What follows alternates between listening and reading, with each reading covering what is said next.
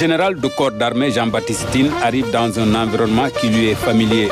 Ancien commandant de la gendarmerie nationale, il a souvent côtoyé des directeurs du ministère de l'Intérieur pour évoquer des questions liées à la sécurité, la protection des biens et des personnes. Désormais ministre de l'Intérieur et de la Sécurité publique, il s'engage à maintenir haut le flambeau. Il compte inscrire son action sur la protection des concitoyens. La sécurité d'État entre en conflit, entre en compétition avec la sécurité humaine. Il s'agit, sans exclure, sans exclusive, de concilier les deux, en nous centrant sur nos concitoyens, par la proximité, mais aussi surtout par l'inclusivité.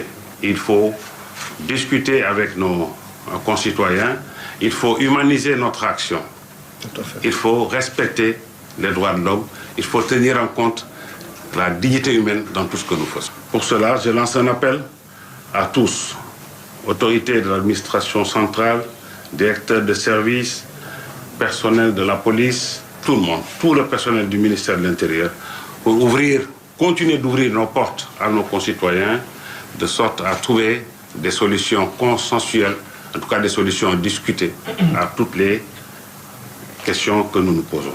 Pour le ministre de l'Intérieur et de la Sécurité publique, le président de la République, Bassirou Diomaye Faye, accorde une importance capitale à la protection des biens et des personnes. Afin de bien mener cette mission, il a besoin de l'appui des directions de la police, de l'administration territoriale, entre autres. C'est dans ce cadre qu'il annonce de larges concertations. Je m'engage à mener très rapidement de larges concertations avec tous les cadres du ministère, pour qu'ensemble, nous puissions voir comment améliorer l'existant et comment apporter les changements inéluctables nécessaires pour continuer à mériter la confiance de nos autorités et l'estime de nos populations.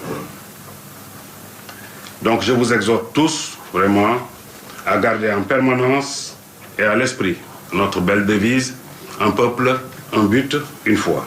Auparavant, le ministre de l'Intérieur sortant, Mamadou Mokhtar Cissé, après avoir loué les qualités du nouvel entrant, a salué le professionnalisme des agents du ministère de l'Intérieur. Son action et son style de management ont permis de mettre en place les outils nécessaires pour une bonne élection présidentielle.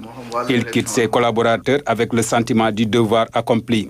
Je m'en vais donc, pour clore mon discours, monsieur le ministre, vous confier cette famille ô combien vaillante, ma famille maintenant, celle du ministère de l'Intérieur. Le peu de temps que j'ai passé avec elle me l'a fait aimer naturellement et je sais que vous saurez la mettre sur la bonne voie en veillant à la rendre plus sympathique aux yeux des citoyens, surtout mes cousins policiers. Je dis cousins en pensant aux douaniers.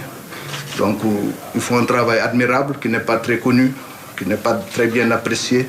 C'est votre rôle, je pense désormais, d'aider à cette reconnaissance qui le mérite. Et avec l'aide de Dieu, les aider à veiller sur notre sécurité. Ministère en charge du culte, Mamadou Mokhtar Cissé affirme que son successeur est un homme de dialogue, d'écoute, mais aussi qui s'intéresse beaucoup aux questions religieuses.